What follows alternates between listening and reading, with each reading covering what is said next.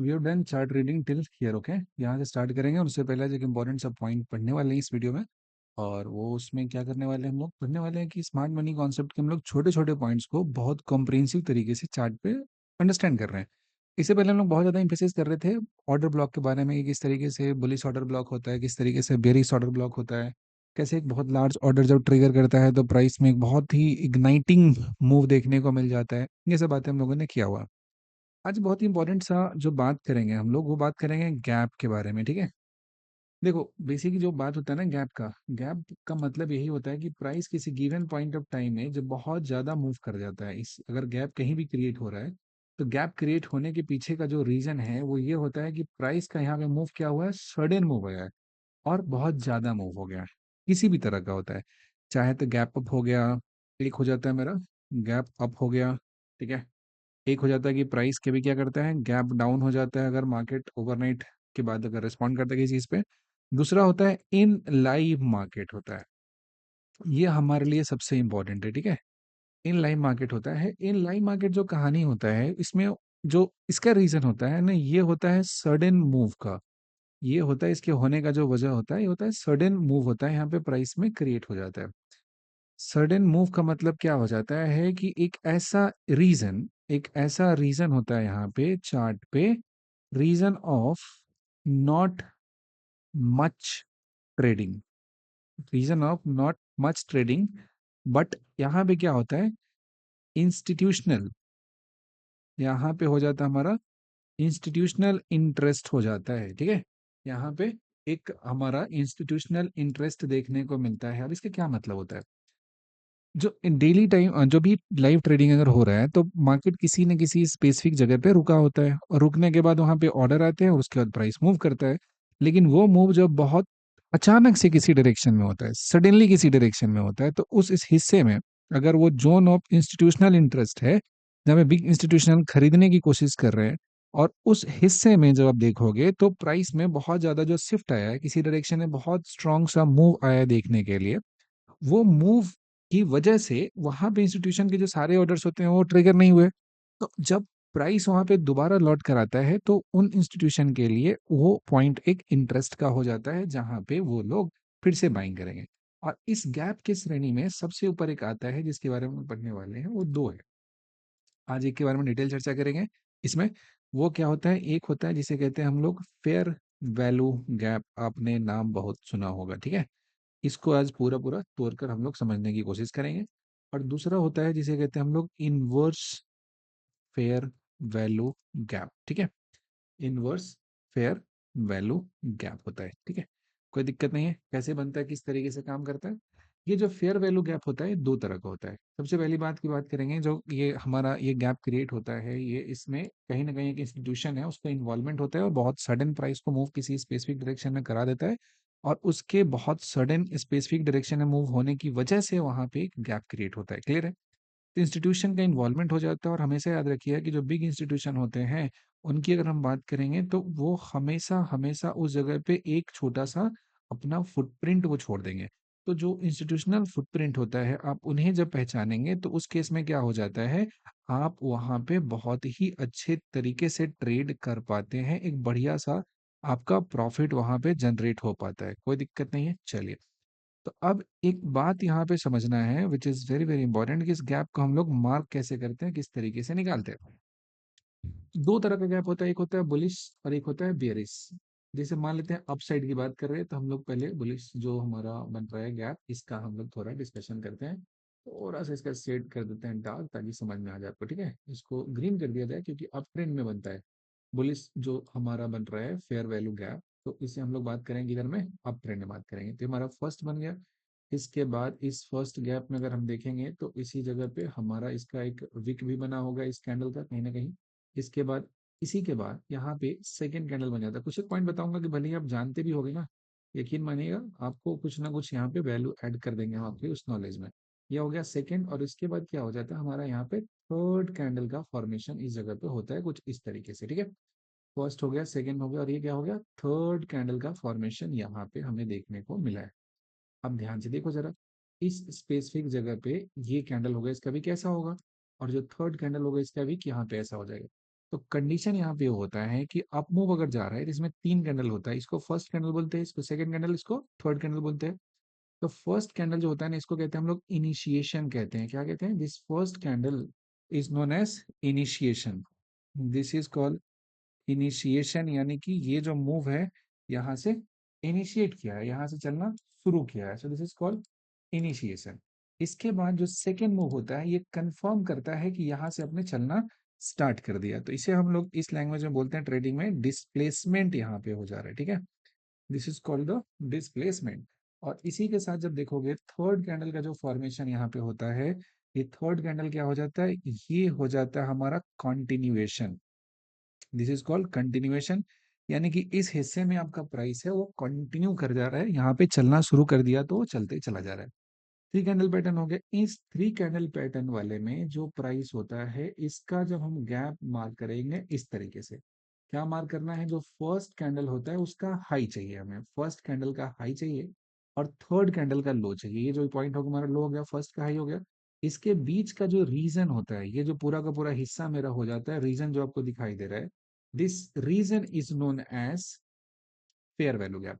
अब क्योंकि ये प्राइस अपवर्ड मूव कर रहा था, इस हिस्से में इंस्टीट्यूशन का बहुत सारा बाइंग ऑर्डर था, उस बहुत सारे बाइंग ऑर्डर का यहाँ पे सडन डिस्प्लेसमेंट होने की वजह से ऑर्डर है वो ट्रिगर नहीं हुआ। जब वो सडन डिस्प्लेसमेंट होने की वजह से ऑर्डर ट्रिगर नहीं होता है, तो जब भी प्राइस इस जगह पे आता है, इस हिस्से में लौट कर आता है, तो यहाँ पे एक इग्निशन आपको देखने को मिलता है। तो बाय द टाइम जब प्राइस यहाँ पे आता है, तो अब दो बातें हो सकती है, ये हमें कंफर्म करना पड़ता है। तो ये जो गैप होता है ना, इसका लगभग लगभग हम लोग 50% जोन होता है, ये हम लोग मार्क कर लेते हैं। इस गैप का लगभग लगभग 50% जोन हम लोग ऐसे मार्क करके रखते हैं। और इस 50% जोन जो मार्क करके आपने रखा हुआ है, यहाँ से जब प्राइस ऊपर की तरफ चलना शुरू करता है, इस स्पेसिफिक जगह से देखेंगे प्राइस एक अपवर्ड डायरेक्शन में मूव करना अगर शुरू कर जाए, तो जब तक ये प्राइस यहाँ से होल्ड करके ऊपर नहीं चले, तब तक हमें कंफर्मेशन नहीं मिलता है। तो ये जो हमारा बन रहा है यहाँ पे फेयर वैल्यू गैप, इसको बुलिश फेयर वैल्यू गैप कहते हैं। क्लियर है? और ये इंडिकेट करता है ट्रेंड कंटिन्यूएशन को, यानी कि जिस ट्रेंड में जा रहा था और इस जगह पे इंस्टीट्यूशनल ऑर्डर था बहुत ज्यादा, जिसकी वजह से प्राइस में सडन एक मूव देखने को हमको मिलता है और प्राइस अब दोबारा उसी जगह पे लौट कर आता है।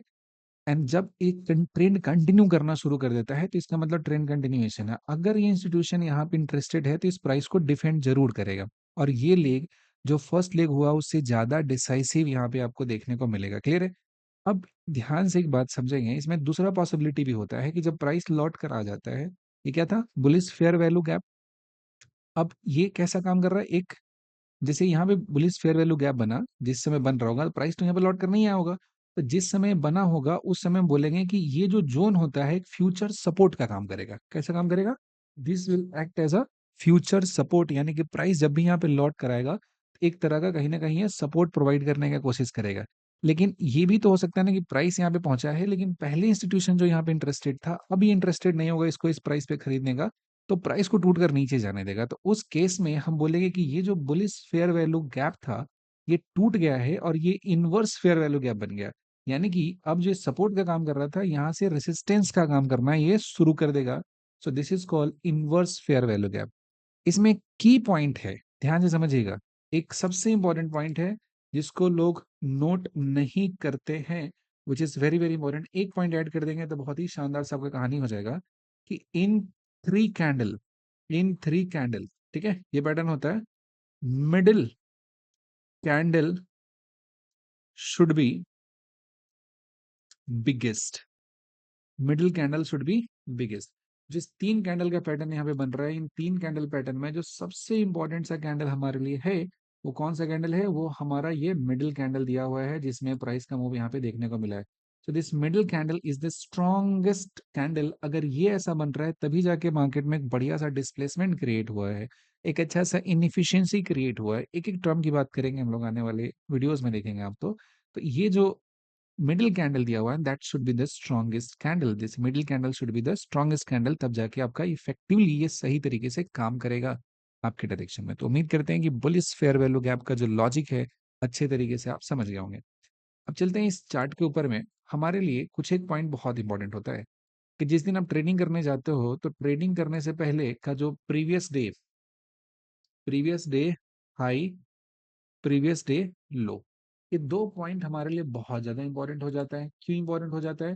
ज़रा इस बात की साइकोलॉजी को समझेंगे। हाई का मतलब है कि प्राइस इसके ऊपर में पुश करके ले जाने के लिए बायर्स हमारे पास नहीं थे, एग्ज़ॉस्ट हो गए, वहाँ से सेलर्स डोमिनेट कर गए। और लो का मतलब होता है वो पॉइंट जहाँ के नीचे सेलर्स ले जाने में यहाँ पे एग्ज़ॉस्ट हो जा रहे हैं, अब वहाँ पे बायर्स डोमिनेट कर जा रहे हैं। तो 2 पॉइंट हमारे लिए इंपॉर्टेंट हो जाता है।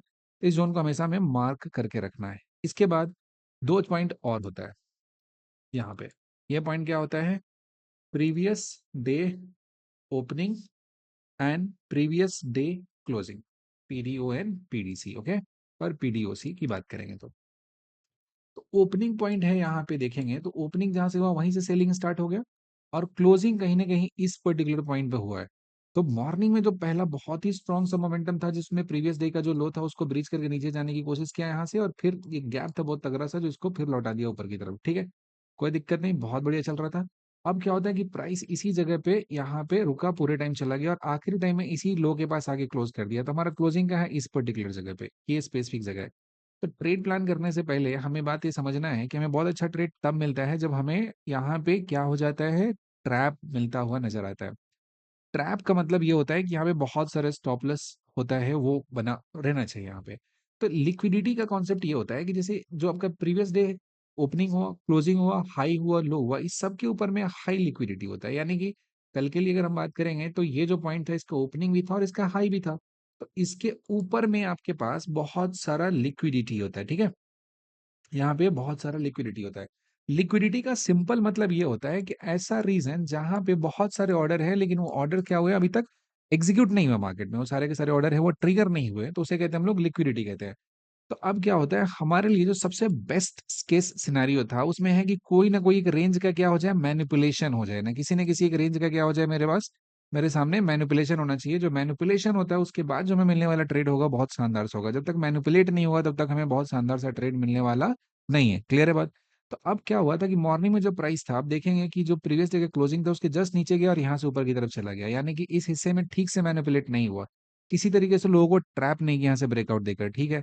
तो यहाँ से प्राइस देखेंगे बहुत ज्यादा जिगजैग जिगजैग जिगजैग करते हुए ऊपर में जा रहा है। अब जरा सोचो कि आप ऑप्शन बाई करोगे तो इस वाले हिस्से में अगर प्राइस का मूव अगर हो रहा है और आप ट्रेड में हो तो आपको कितना ज्यादा स्ट्रेस वहां पे लेना पड़ेगा, ये पॉइंट आप समझेंगे। यहाँ पे बहुत ज्यादा आपको स्ट्रेस यहाँ पे लेना पड़ेगा, ठीक है। तो जब ये बहुत सारे स्ट्रेस होगा तो वो ट्रेडिंग अच्छा नहीं होता। ट्रेडिंग में क्या होना चाहिए, आपको मोमेंटम मिलना चाहिए, क्योंकि आप डे ट्रेडर हो, जितने टाइम के लिए बने हो, आप कोई पोजिशनल नहीं हो, वहां पे स्विंग ट्रेडर नहीं हो, आप क्या हो, डे ट्रेडर हो। तो आपको वहां पे एक बढ़िया सा क्या मिलना चाहिए, एक मोमेंटम मिलना चाहिए जो भी डायरेक्शन का आप ट्रेड प्लान कर रहे हो, ठीक है। अनलेस अनटिल आपका पोजीशन कैसा है, हेज्ड पोजीशन नहीं है। हेज है तो ठीक है, आप उसको होल्ड कर सकते हो, कुछ टाइम तक रख सकते हो, लेकिन यूजुअली हम एक्सपेक्ट करते हैं कि हमने जहाँ पे एंट्री प्लान की है हमें उसके बाद वहां पे क्या मिलना चाहिए, एक मोमेंटम मिलना चाहिए। और मोमेंटम क्या करेगा, हमें एक बढ़िया सा एक वहां पे प्रॉफिट जनरेट करके देगा बहुत कम टाइम में, अगर हम सही तरीके से उसको प्लान करते हैं तो, ठीक है। अब क्या होता है यहाँ पे आप देखोगे ध्यान से तो ये जो लिक्विडिटी का जोन था यहाँ से प्राइस धीरे धीरे धीरे ऊपर जाता है। हम क्या देख रहे थे कि ये जो जोन था, ये जो हिस्सा था, इस हिस्से से आप देखेंगे बहुत ही शानदार सा आपका सेलिंग हुआ था, यानी कि इसके ऊपर में तो सेल करने का एक ठीक ठाक सा पॉइंट है। अब क्या होता है, इसके प्रॉपर ब्रेकआउट देता है इसके ऊपर में, ठीक है, बढ़िया सा देता है, कोई दिक्कत नहीं है। ब्रेकआउट आता है, फिर नीचे गिरता है, फिर दोबारा भी जाता है। मतलब जो कोई भी यहाँ पे खरीदने का, जो लॉन्ग ट्रेड प्लान करने का सोच रहा होगा, वो सबको मार्केट एक फॉल्स होप देता है। उस फॉल्स होप में वो इंसान एंट्री करता है और तब जाके होता है वो ट्रैप। ध्यान से देखना जरा, 11:50 से लेकर 1:20 तक, यानी कि लगभग लगभग 1 आवर 30 मिनट्स 90 मिनट्स तक इन लोगों को यहाँ पे बढ़िया से ट्रैप किया है। और जब यहाँ पे देखेंगे कि फर्स्ट हाई था, इस हाई को निकालने में जब ये यहाँ पे देखोगे पहली बार यहाँ पे फेल किया, यहाँ से चलना स्टार्ट किया था, ठीक है, रुका था। तो इसमें भी मतलब दोनों को ट्रैप किया, सेलर्स को भी पहले ट्रैप ट्रैप किया, बायर्स को भी ट्रैप किया। जैसे मान लेते हैं कि पहली बार ये पुश करने में नाकाम रहा, नहीं निकला, जब दूसरी बार फेल हुआ तो कोई सेल करने के लिए यहाँ से प्लान करेगा तो फिर ये प्राइस नीचे की तरफ चलना स्टार्ट हो गया, उसको लगा प्रॉफिट, अब तक टक टक टक टक यहाँ से धरधरा के मार दिया, 15 मिनट यहाँ से ऊपर की तरफ खींचा होगा, जब ये गया होगा आपके अगेंस्ट में 187 से 220 तक। तो आपको सोच के चलना पड़ेगा कि कितने पॉइंट का ऐसे आप प्लान कर रहे हैं, आप ऑप्शन पे आपका कितना परफेक्ट एंट्री है उस पर डिपेंड करता है। अब यहाँ से स्टार्ट होता है सेकेंड लेग इसका बढ़िया तरीके से, इस स्पेसिफिक जगह से आप देखेंगे तो सेकेंड लेग स्टार्ट होता है 12:55 में। आप यहाँ देखेंगे ध्यान से, लगे 11:55 हो रहा है, जो इसका डिसाइसिव मूव स्टार्ट हुआ है ना वो लगभग लगभग 1 बजे के बाद हुआ है। तो ये इसमें अपने आप में बहुत बड़ा स्टोरी है, 1 PM का क्या कहानी होता है। तो 1 o'clock के बाद जो यहाँ पे मोमेंटम स्टार्ट हुआ है, जो सेकंड लेग फेल हुआ है, उसमें क्या हुआ कि इसके ऊपर में जितने लिक्विडिटी थे, सबको मार्केट ने यहाँ पे अच्छे तरीके से ऑब्जर्व कर लिया। सबके जो स्टॉप लॉस यहाँ पे लगे हुए थे, उन सबको क्या करता है मार्केट यहाँ से ट्रिगर करता है और सबको बाहर कर देता है। और उसके बाद जब ये स्लिप करना शुरू करता है, तो पूरे मोमेंटम के साथ आपका प्राइस यहाँ से फॉल करता है। और प्राइस कहाँ तक आता है फॉल करके, ध्यान से समझिएगा, जहाँ पे मॉर्निंग आवर में प्राइस होल्ड कर रहा था, या फिर बोलोगे कि लास्ट टाइम में जो आपका आफ्टर 3 PM जो हाई लगा रहा था इस पर्टिकुलर जगह पे। तो मॉर्निंग का जो बेस होता है ना मार्केट के लिए, ये पॉइंट भी इंपॉर्टेंट होता है, जहां पे प्राइस आपका बार बार सपोर्ट ले रहा है, बिकॉज कुछ तो है जो प्राइस को उसके नीचे नहीं गिरने दे रहा है। कुछ तो पॉइंट है ना, तो जो लोग यहाँ से प्लान किए होंगे उनका स्टॉप लॉस इसके जस्ट नीचे होगा।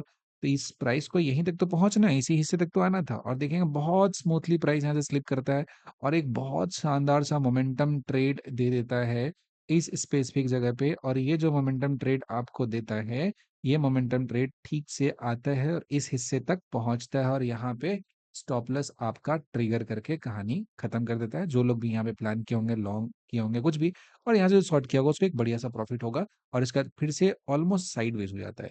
इस लिक्विडिटी के कॉन्सेप्ट को समझेंगे तो आपका यहाँ पे एक बढ़िया सा ट्रेड मिल जाएगा। बहुत सिंपल सा लॉजिक होता है, बस थोड़ा सा पेशेंस चाहिए होता है, पैसा अच्छा बनता है। बाकी पूरा कंटेंट कैसा लगा होगा बताइएगा।